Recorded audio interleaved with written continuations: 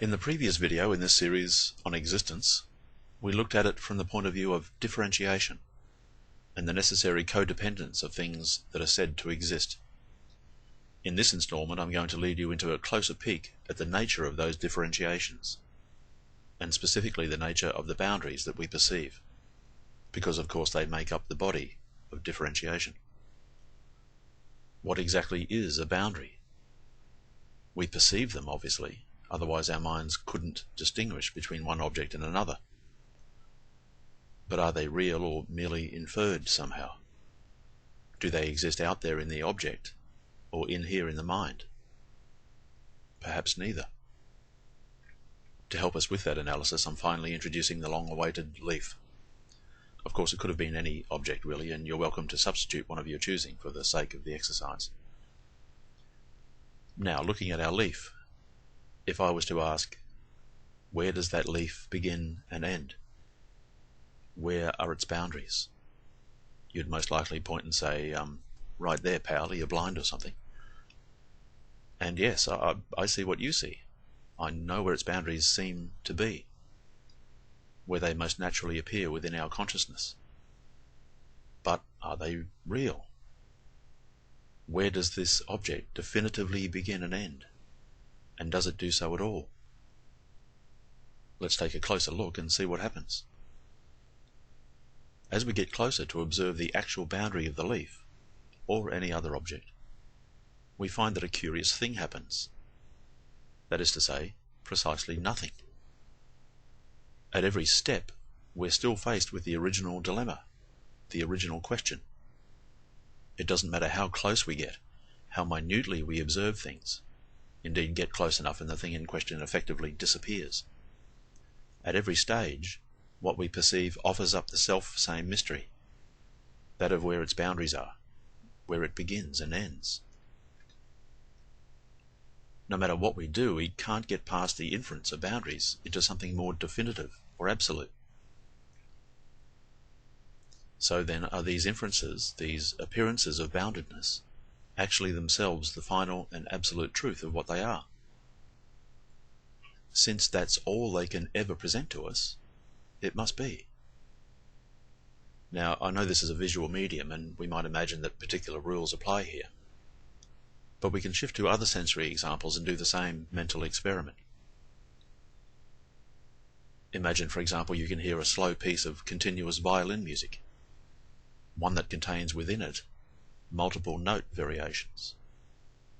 The mind plucks out, differentiates, and identifies, or grants identity to, individual notes. Yet, if you look into the continuum of sound, you won't be able to find a place where those notes begin and end. Likewise with our sense of touch when we experience shifts in temperature. You may suddenly feel cold and require a jumper, but if you examine the atmospheric dynamic of that experience, you simply won't be able to find a place where that sensation strictly began. Now, I want to emphasize at this point that I'm not making an argument for solipsism. These points are not arguments in support of that unsustainable notion. I'm simply saying that the boundaries we perceive are products of consciousness, given they don't possess any objective reality out there in the world. In other words, the specific tapestry of appearances we experience are intimately bound up with our consciousness. We don't literally create reality with our minds, because our minds are necessarily a product of that reality, but our minds certainly produce the particular web of identity to which we give the label existence. Consider altered states of consciousness for a moment, and you'll see the role that consciousness actually plays. Change the state of our consciousness, and things begin to change appreciably, even if within limits, given that there are certain aspects of our conscious state we can't alter. Familiar things look entirely different, sound entirely different, smell and feel entirely different. In altered states, we draw our boundaries differently and create new appearances, new things. In our normal state of consciousness, we look at, say, the sun and think we see its boundaries, its identity.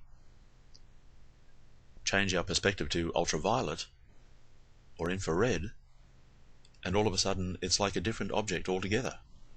Its previous identity and boundaries disappear and now seem to stretch out into the solar system. Of course, any given state of consciousness presents its own limits and its own natural mode for creating a tapestry of phenomena. However much things might change in certain altered states of consciousness, we nevertheless can't put our hand through a solid wall. That's because that aspect of our consciousness remains unchanged. When experiencing a green leaf, you can't not view a green leaf. That's what your consciousness is producing. You have to change your state of consciousness to perceive something different. You might view it in ultraviolet and it will look totally different, maybe not like a leaf at all. Same thing with the wall.